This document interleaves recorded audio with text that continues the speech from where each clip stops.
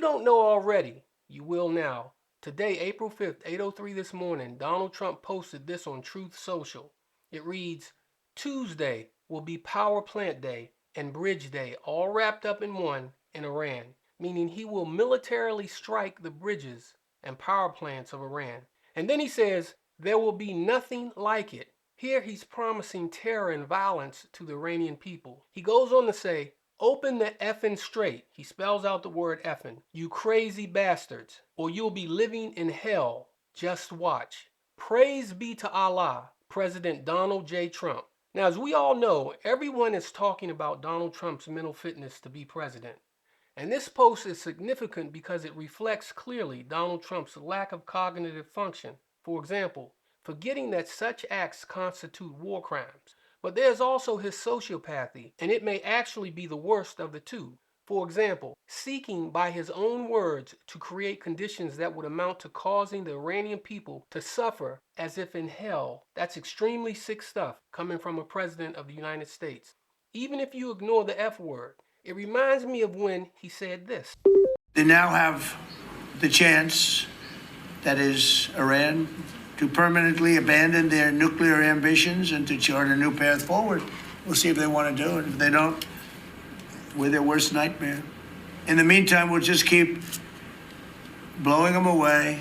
But this time it's much worse. Now, if you are not aware, such actions are blatant war crimes. The destruction of plants and bridges means the collapse of electricity and transportation, which in turn cripples water systems, healthcare, food distribution, fuel access, communications, and emergency services.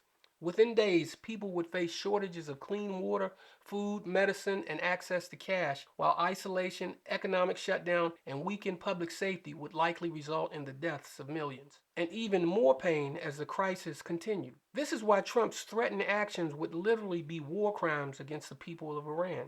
And then you have to understand that whatever Trump meant about saying praise be to Allah will be looked at as mocking the God of the Muslim people. Is Trump trying to create a religious war as well? This is why Americans must choose intelligent, honest, measured, and sane people to represent our country. Otherwise, the American people who elected Donald Trump, along with the rest of us, must take full responsibility for what they have done by electing Donald Trump. And when I say full responsibility, I'm talking about with respect to the world. And what about our Muslim allies who believe Donald Trump is mocking their God? Now, that issue could cause all kinds of extreme complications and escalations. But the actual immediate question becomes, who is Trump actually targeting? Trump says, open the effing strait, you crazy bastards, or you'll be living in hell. Now, who is Trump asking to open the strait? It has to be the leadership, right? But when he says, or you'll be living in hell, meaning after he makes good on his threats, he has to be threatening the people as well, who need the bridges and the power plants to survive. Never mind that most of these people will also believe that Trump is mocking their God while committing war crimes and killing their children. Clearly, Donald Trump is unfit to act as President of the United States of America, even if he does not go through with this threat. But there's one more important thing. Bombing and violently attacking Iran, especially when it's only defending itself from Trump's illegal war and attack on that nation, how can I say this? Will not, I repeat, will not open the Strait of Hormuz. It will only make it worse. The Iranians, now unified with their leadership as a result of Trump's demonic threats and actions, will help their leaders to do whatever it takes because Donald Trump, in all his wisdom and glory, has motivated them to do so. And alarmingly, this is what Trump wants them to do. See, that's the thing.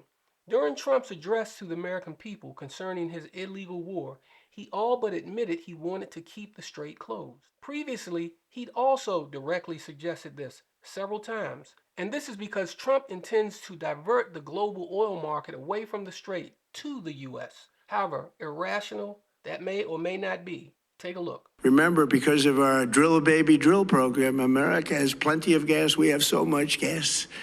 Under my leadership, we're #1 producer of oil and gas on the planet without even discussing the millions of barrels that we're getting from Venezuela.